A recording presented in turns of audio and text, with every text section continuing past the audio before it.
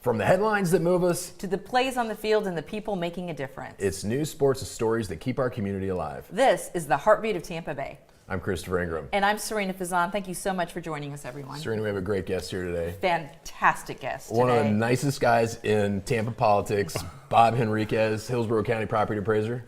It's a pleasure to be here. Thanks for coming. And we start talking about the field, I'm a sports guy too, so we can talk about anything here today. Okay, well, absolutely. I mean, I know your coaching background and all of that. And my gosh, Bob, it's so wonderful to see you. We've known each other for so long. Yeah, we go way back. I remember being interviewed when I was in the legislature. I think you came to my office and we talked about during the hanging chads in 2000. Yeah, well, that's going way, so yeah, we're going way back. Yeah. So you're Hillsborough County Property Appraiser now. You Yes. just told me, because I couldn't remember how long you've been in office, but this is your 13th year? 13th year. 13th year. Going on 14th. Yeah. You're up for re-election? That always in the presidential year, right, so that would be 2 more years. Yeah. But there might be some other things in your cards, so we'll get to that in a few minutes. I was going to say, you're like going straight for the jugular here. Right, I just want to go right to it.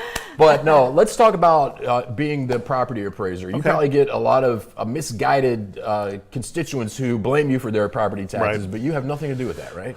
Well, I have something to do with it. So I always like to say that it's important to know what the property appraiser does, whether it be my counterpart Mike Twitty over here in Pinellas or in Tampa myself, or at Hillsborough myself, or any of the other 65 counties.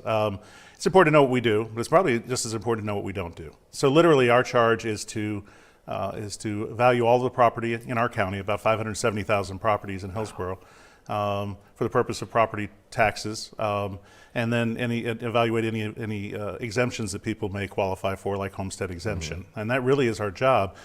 From that point forward, then we press all that information of what value is out there, and of course values have been rising a great deal since I took office back in 13. And then the taxing authorities, City of Tampa, Hillsborough County, in our case, over here will be City of St. Pete. There's a lot more taxing authorities over here. They're going to set the tax rates or the millage rate that ultimately ends up being the taxes at the end of the day. So we have part of that process. But we don't raise or lower taxes directly, and that's important for folks to know, right? Yeah. It almost on a daily basis. I'll walk into a restaurant or coffee shop and say, "Hey, Coach, it's good to see you. I sent you a check." No, you sent the check to the tax collector, which Nancy hates when I say this, but they write badly about her in the Bible, not me. But yeah, we're all part of that process. Yeah. Well, it's a huge undertaking. I mean, 570,000, is that what we said, properties in Hillsborough County? Yes, there is. That is an enormous number. And I'm very proud of what we've done in my time in office, because we have taken office that was 134 employees when I took office. We have 84 now. Well, downsized. We'll cut the budget again this year for the 5th time. We've really found ways to, I had this saying to rethink, reinvent, and reinvigorate the office, which it's cute, but I'd like to say I came up with it. I stole it off a bar of soap, truthfully, but we really have. I mean, we've come up with smart public-private partnerships. We found ways to cross-train and utilize technology. Those are the kind of things that government should be doing. Period. And so I'm very proud of what we've done. Well, and kudos to you for cutting the budget. Like that never happens in government. Right. It doesn't seem like it does. That leads me to ask you, I was thinking about things I want to ask you before you got here today. And one of the questions was, do you think it's disingenuous for elected officials all across the state of Florida? We're not picking on anybody in Tampa or Hillsborough or Pinellas or anything, but just we get a lot of elected officials in our state who will claim we didn't raise your property taxes, but you're actually paying more in property taxes because of those valuation changes, right? So the question is that disingenuous? Well, it's trying to get me in trouble. I am trying to get you in trouble. I wouldn't say necessarily disingenuous, but it's the nature of our property tax system, which so let's say last year was the first year that we had a flat tax roll in terms of valuation in Hillsborough County. And so if you're a homesteaded property owner and your taxable, your assessed value is capped at either 3% or it can only go up of 3% or inflation, whichever is less, there's a thing called recapture. So although the value was stayed the same or maybe even gone down some, you may still have paid that whatever inflation was, 2.8% or 3% last year. And so the law says that the taxing authorities have to consider what's called the rollback rate. The rollback rate is the tax rate by which they would accrue the same amount of revenue as they did the previous year. They don't tend to do that. And so values go up, so commensurate taxes do go up. The other thing that people don't really realize sometimes, that when you look at your tax bill, and this is important for folks to know, there's the real estate portion of your taxes, but there's also all these other things, these other fees and taxes that are put on top by the taxing authorities, like stormwater fees and garbage fees and other things like that. Right, and some of those things can go up, and you won't even know necessarily they're going up. So that's important too, to realize there's two different factors as far as that goes. And to pay attention to that for Yes, sure. yes. And so clearly, Bob, also there's a lot happening right now in Tallahassee. Can you just break it down for? I get asked so many questions all the time because I think a lot of people are also very confused by what's happening. Well, and I think this goes back to Chris' question originally, is that values have gone up precipitously over the past few years, and as a result, taxes have gone up, particularly for folks that have bought within, say, the last 5 years or so, and new arrivals. For longtime residents that were homesteaded, they've seen their taxes have gone up, but largely they've been capped, so they're not feeling it quite as much. This whole issue it's not just in Florida. This is kind of a national trend of talking about property taxes, elimination of property taxes, or changing property tax systems around the country. Really started with the governor, and he came up with this idea that he threw out. Specifically, for our viewers who are not informed, we're talking about the repeal, effectively, of Right. an amendment Yes. that would Right. get rid of ad valorem property taxes, with the exception of on schools. Right, and it started really with he threw out the idea of doing away with property taxes altogether, which is in the neighborhood of $60 billion of revenue annually around the state. That then sort of, as time went on, I think they realized that was a big number, and it's kind of morphed itself into talking about just doing away with homesteaded property tax as we know it. And that's still, a fairly big number. And I would say, remember, anything that we're talking about has to go to the ballot and be passed by 60% or more. And so I having spoken to a lot of legislators, there's certainly an appetite to do something, almost as though now there's an expectation for them to put something on the ballot, but they're really wrestling with how complicated this system is. And remember, we only really have two large revenue sources in the state of Florida, with sales tax and property taxes. And they really don't want to talk about any kind of revenue replacement. And so I guess at some point we'll see. From what I'm hearing, I've heard everything from there were 6 different, I think, ideas that came out of the Select Committee in the House. The Senate really kind of sat back and put on their powder blue UN hat and said, we'll see, wait and see. I don't think anything specific has come out of the governor's office yet. There is a special session teed up. They didn't really come to an agreement during the regular session. They did pass in the House. Originally, what came to the floor was House Joint Resolution 203, which would have phased in the doing away of homesteaded property taxes over the course of 10 years. They changed that on the floor. They did a strike all amendment and made it do it away with it altogether. I think it was more of a statement than really realistic. That didn't go anywhere in the Senate, so that kind of died. I've heard everything that they may bring that back, some kind of a phase in of doing away with homesteaded property. I will tell you that if you did away with homesteaded property taxes in the Hillsborough County altogether in the first year, that would take effect right now. Under last year's tax roll, would be about $800 million of revenue. Wow. If you did the 10 years, it's still $80 million. Wow. And so it's significant, and I think they're still kind of wrestling with how they do that. And then, the backside is that does there have to be revenue replacement?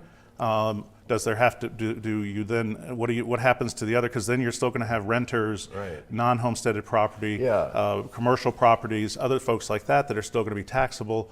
So it's complicated. And I will tell you that I have had, and to their credit, legislators have reached out, and I've had a great deal of conversation with them. I put forward some other ideas that I think are feasible as well. And ultimately, if it's a spending issue, let's get to that. Instead of now it's popular. It's a popular notion. But you know, quite frankly, our folks are probably just as interested in doing something about insurance as they are property taxes. So we'll see what happens. Well, you know, you make a good point about we're not talking about what are we going to do to replace this, right? But indirectly, it's going to fall on the backs of people who have non-homesteaded properties and businesses and renters, because the spending isn't just going to disappear when the tax revenue dries up. Unless you do something to actually rein in spending. And I have some ideas along those lines. You know, tell us what those are, because we talked last week. I mean, I think there's a proposal, and I think Georgia has talked about it. Mine is a little bit different, but you know, ultimately, if it really is a spending issue, because you see it on both sides. So you see that the CFOs out there banging the drum about the wasteful spending that's out there, and I think that there's an argument to be made that you could find wasteful spending, you know, in government or in our individual lives. Right, Did I need to take my kids to get ice cream last night? I don't know, but it's subjective. Yeah, it's subjective. I think that that ultimately, if you wanted to look at this from a different perspective, if you were to cap, you know, and to me, and this is the way I've always looked at it, even when I was in the legislature, you know, we individually have to make decisions every, and we're all feeling the, you know, the pinch. We're feeling the pinch, right? So at the end of the month, when the bills come due, and you're saying, you know, I've got to sit down and find a way to make this work. Right. So I think to the extent that government can operate in a similar manner is important. So I think if you could cap spending at inflation, plus a government cost index, you know, which is important because there are things that costs in government that are different than the average homeowner or the average individual that needs to pay bills. And say that then you would take those, you know, you would adjust the millage rate, the tax rate, to whatever that point would be. It wouldn't, regardless of how much the value of property goes up. And you could either tie that directly, if you wanted to, just like they're doing now, just to homesteaded property, which would roughly give about the same amount of savings to the homesteaded property owners as they're talking about now. Or you could spread it across, broad-based across all property types, and adjust the millage rate down. And then you know, ultimately then government would have to live within its means, or, you know, over the course of time. You could still build in some opportunity in case you have a storm or you have a reason, you know, and it would either be a super majority vote of county commission, city council, or something like that, or take it to the ballot, you know, if you needed to exceed those spending limits. I think that probably is a better approach than, you know, kind of shortchanging yourself and then putting, you know, decision makers in the position of having to raise taxes or find other things. And again, some of those hidden things we talked about, you know, we get nickeled and dimed everywhere we go, from parking to, you know, to red light cameras, to you name it, that are out there that are revenue sources, communication taxes and utility taxes in the cities and those kinds of things. Those things will probably go up. They'll find other revenue sources unless you find a way. And frankly, you know, we're setting ourselves up in local government by doing this, and then not having the really kind of sober, somber discussions of what happens going forward. And you don't want to kill the golden goose in the state of Florida because, you know, so there's a balance here. And it's just difficult to have those kinds of conversations in the political realm. And they've almost kind of wrapped themselves into a pretzel here of we have to do something. Sometimes we know the I mean, I literally have have had legislators tell me, oh, well, you know, I have to support it on the floor, but I'm not in favor of it at the ballot. Well, you know, that's not true leadership. But that's what, having been there, I understand how it works. It's the sausage, you know. So if you had to predict, not knowing exactly what the language is going to be, but some form of property tax reform, like we've been talking about, on the ballot in November, what do you think? Will the people of Florida? I think if something comes out of the special session, it will be geared towards homesteaded property, because that's the biggest political bang for the buck, and ultimately the majority of voters are homesteaded property owners. Not whether or not that's the right approach to overall property tax reform, I'm not sure, but that I think will be the case, and it'll have to be some kind of a phase in over the course of time. And you know, because it's really complicated. There's 67 counties and we're all different. And so you've got these small, you know, fiscally constrained counties, a lot of them that have the vast majority of their property tax roll is made up of homesteaded property. Somebody told me the Villages has like 90-some% homestead. You know, I don't know how they'll be able to paint that gazebo they all meet up at night.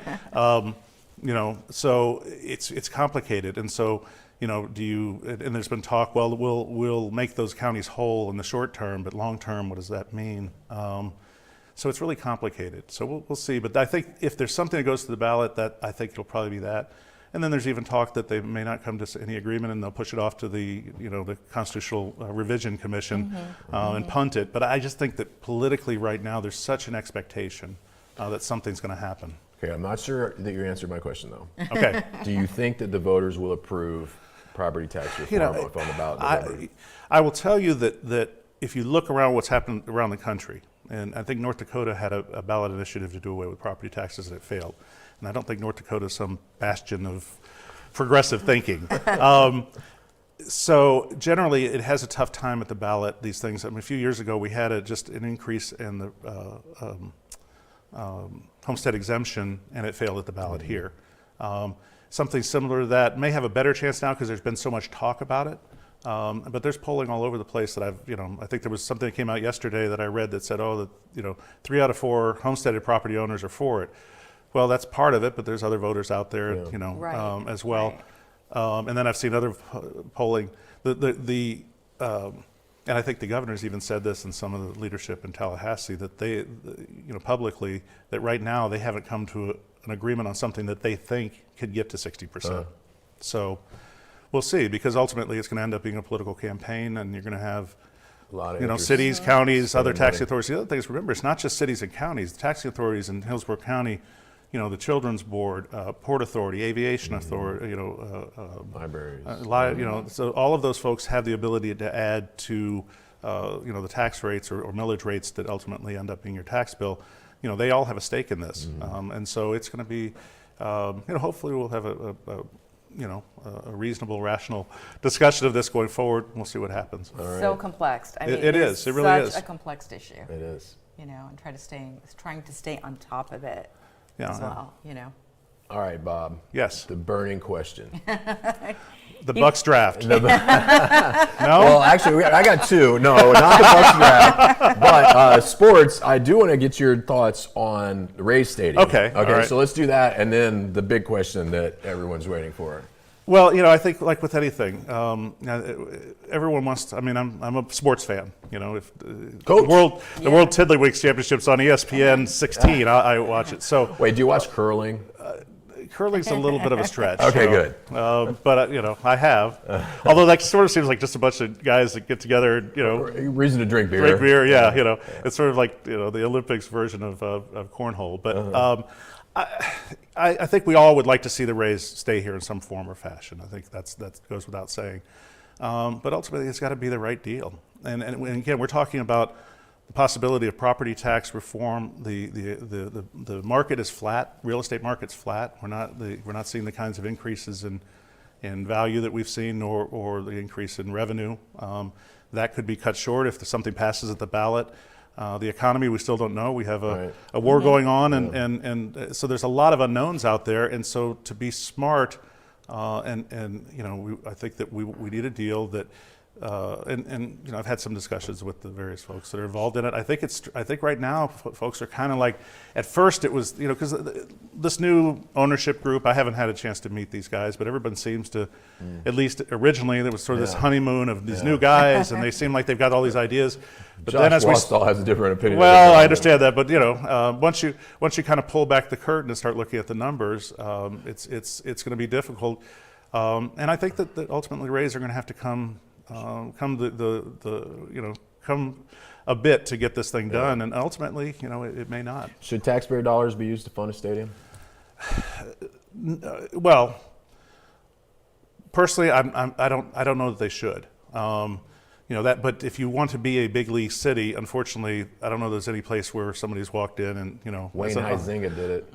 That's a long time ago. Yeah, Christopher and I have such opposite views. I shouldn't say completely opposite views, but again, if you can sell this idea that you're going to develop this 100-acre parcel, and that it's going to have this economic benefit in the future, the problem is that it's a fantasy project at this point, frankly, because. Okay, so you build the stadium. The other things that they're talking about that are going to create revenue, we don't know how long it's going to take. And remember, things don't go on the tax roll until they're substantially complete or really CO'd. And you have, and there's just, I think there's a finite amount of people moving here, people that are looking for luxury apartments, condos, and we have a number of those projects already going on in Hillsborough County. So what makes you think that Ybor Harbor, Gasworks, the next phase of Water Street, Midtown, these are all going on and still have other phases going on? Is it really going to be a brand new revenue source, or is it just going to shift what would have been the revenue sources from those others, or these others that already are permitted, already have entitlements, that it would go there first? Right. So it's kind of a dangerous game to I mean, and I kind of remember going back when we built Raymond James, and when the Glazers came in originally, and the plan was that they were going to build restaurants and things like that, and develop that parcel to a larger extent. And some of that was and it was kind of an ancillary discussion back then. And of course, the cost of doing business back then and building stadiums was a heck of a lot less. And really none of that really ever happened. Right. And so, I think that I know that they're taking a good hard look at this. The time frame is so tight. And we'll just have to see what happens. Another complex issue. It is complex. The Rays are winning a little bit, so that helps a little. Some. I was at a game a couple weeks ago. I'm opposed to taxpayer funding for stadiums for billionaires. I hear all the arguments. So was the governor, but apparently he changed his mind. Yeah, well, money talks. Yeah. See, and we don't have the same opinion of this, because I feel like a strong sports teams do draw in a lot more tourists, or a lot more people paying for things, and so it's again, it's a complex You're not issue. Switzerland on this. I'm not issue. Switzerland on this. No, I think it's a balance. And ultimately, if it's going to work, let's be honest, whether you're for it or not, if it's going to work, there's going to be taxpayer dollars in some form or fashion. It should be 50-50 or less.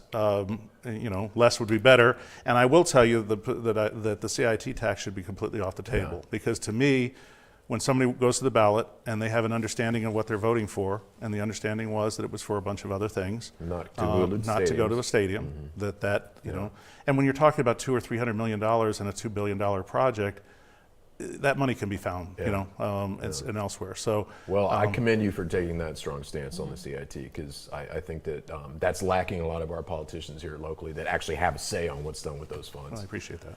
All right, so the big burning question.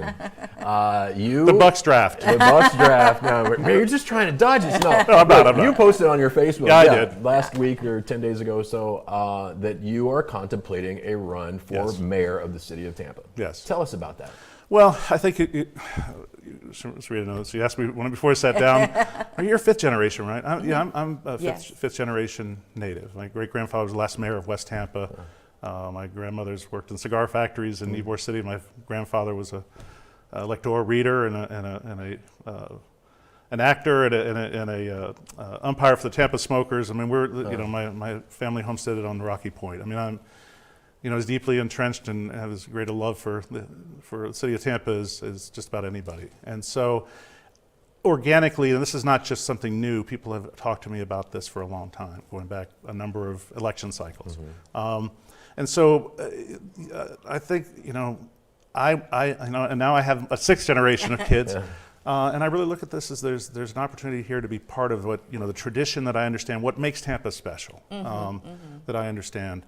And the fact that there's a sense that even for the folks, whether you've been here 5 generations or you unpacked your moving van 5 days ago, that if we're not careful, we'll lose that spirit and what it is that's Tampa. And so I've sort of come to the realization that I want to be part of that tradition to tomorrow. And so I think it's likely that I'll do it. I haven't. You want to announce right here? No, I'm not 100% there. And honestly, this is not. I'm not driven by. The ego of being named the title or anything else. Right. And I have to think deeply, and I have, about the effects on my family, and what that means. Once you're married, you're married just to your wife. You're married to the city. Right. And every child is your child. And it's a rough and tumble game, and this will be a rough and tumble thing. And there are folks involved that will there's a lot at stake. They want to fight, yeah. And so and power is a very addictive thing. So we've got to. I've had to think that through, but I think I'm close on that end. And then we just have to think it through. So I think that probably within the next few weeks, as I said, I'll put it to bed one way or the other. I'm fortunate. I'm blessed. I have a great job. I've had the opportunity to serve this community for a long time. It's probably the only other political thing that I have some interest in. Yeah. So we'll see what Your happens. family's behind you if you run for mayor? All but my 10-year-old, because she says I'll never see you. Aww. But she's coming around. So sweet. That's so She was sweet. like, well, if you were mayor, could I have gone to the BTS concert? I said, well, I said, I'd probably have to report it. I'm not sure if any of the others are reporting it, but no, I'm kidding with you. But no, I think they're on board. She could ride in the parade, though. Well, we do parades now. We do parades, but you'll get towards she the get front row towards the seat in the front. parade, Yeah, yeah. get towards the front. So yeah, it's. But again, this is. It's something that intrigues me, that I have a passion about, because ultimately I think it's so important that going forward for the city of Tampa, we're going to continue to grow. But I think that the same things that we've applied to the property appraiser's office in terms of rethinking, reinventing, and reinvigorating the office. The things we talked about, I think that can be brought to the city of Tampa. What would the first thing you do as mayor be? The first thing I do, after I yelped? No. I think the first thing I would do is put together a transition team that would look at the city and the way the city operates, to do exactly that. I would be coming sort of an insurgent campaign. I'm not from within necessarily, to see if there's ways that we can rein in the spending or prioritize the spending. There's folks, really there are neighborhoods within the city of Tampa. It's like time stood still. They haven't felt the prosperity.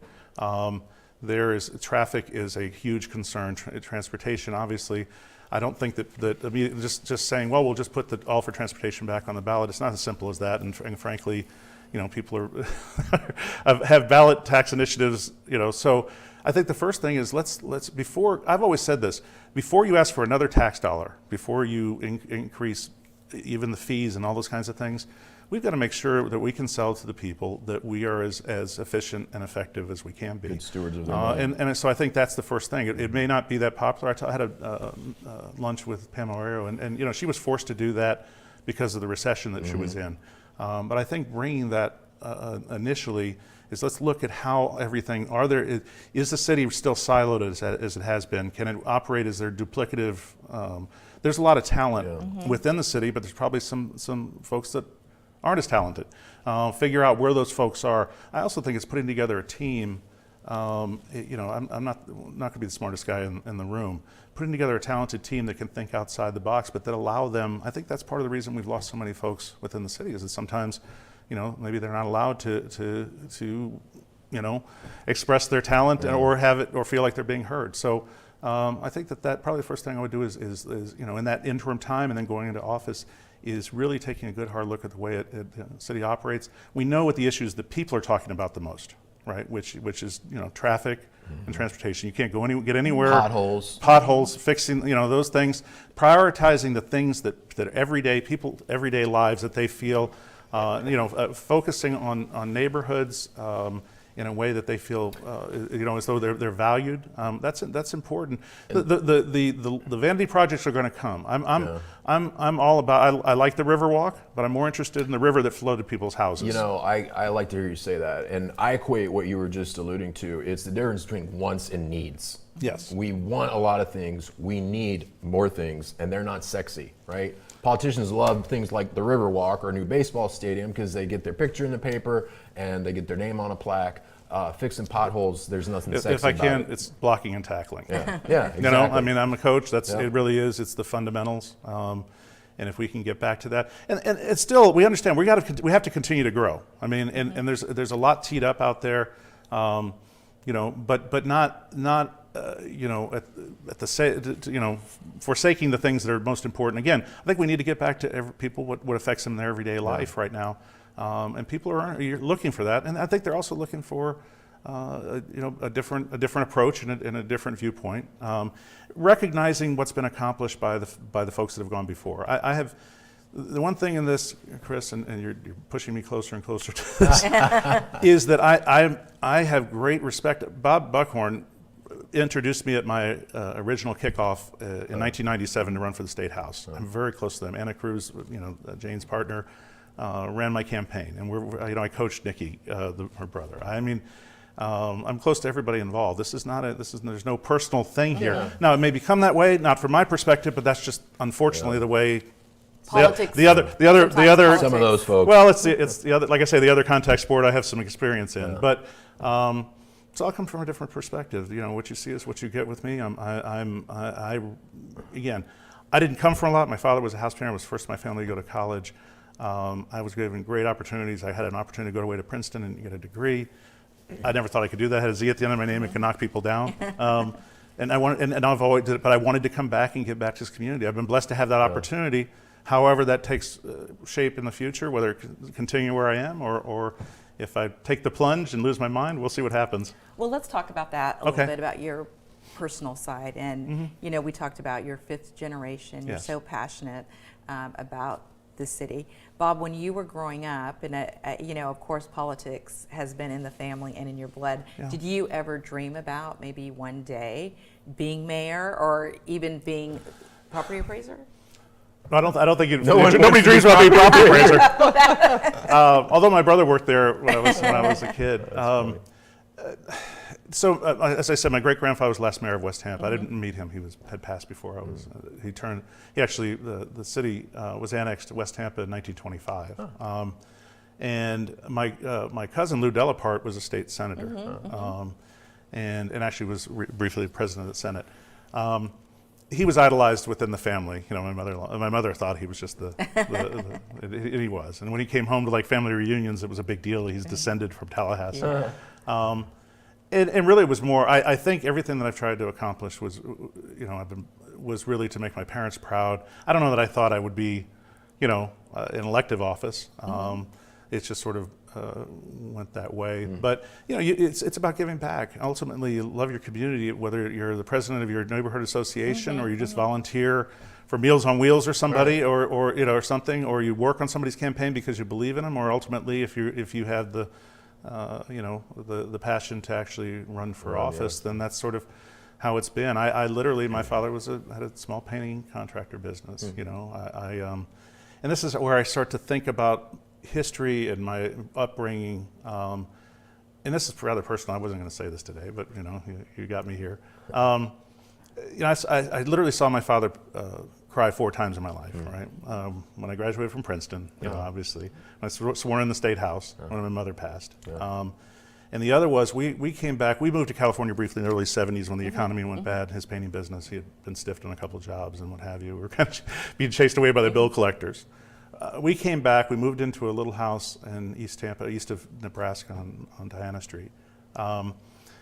It was really a bad situation. It was my uncle's house, and we literally we had boarded up half the house because the rats and the roaches were so bad in one half. And one of my father, he'd been in the Optimist Club. One of his best friends had come, and I remember I was a little kid, and he handed him $1,000, and he said, "Big M," that was his nickname, his business. You need this now. And my dad was so prideful, he didn't want to take it. Wow. And so, sometimes to sing the blues, you have to have lived the blues. Now, I'm not saying that I can relate to, people that are struggling, but I have a feeling. I have a feeling of knowing what that's like. And frankly, if you go in that neighborhood today, it doesn't look that much different. And so, there's a lot that needs to be done, and it really is not about just the ribbon cuttings and as you say, the vanity project, which are great, and I would look forward to the opportunity to be in front of all of that. But it really just fix the potholes first. Well, that too. Gee whiz, I was talking to Guido Saturday because they're still trying to get Havana, which driving down to McFarland Park. Horrible. It's like a third world country. He says it's finally going to get done, but we'll see what happens. So, but as you also, the big thing is, as my mother used to say to me, you can't have a champagne dream with a beer pocketbook, right? And I think that's part of what we've had, and we've been fortunate to be able to do some of those things. But we've got to take a step back and kind of reset resize and right size Tampa government and see what the priorities are going forward. You sure you don't want to announce? Because Sarina's thinking about running, you know. Yeah, good. Okay. I'll make her vice mayor. Yeah, there you go. You heard it here. You only get to go to funerals, though. I don't even think we have a vice mayor, but we should. Okay, appreciate you being here today. It's my pleasure. I have one really tough question for you. Okay. That I haven't already asked. That might get you in trouble. Mm-hmm. But given your heritage, Tampa, 5 generations, Cuban, where's the best place, in your opinion, to get a Cuban sandwich in Hillsborough County? That will definitely get me in trouble. I knew it was going to get you in trouble. Golly. It depends. I probably depends traditional. You know, like me, I'm going to leave the lechuga and the tomate off of it, right? You don't. That's not traditional.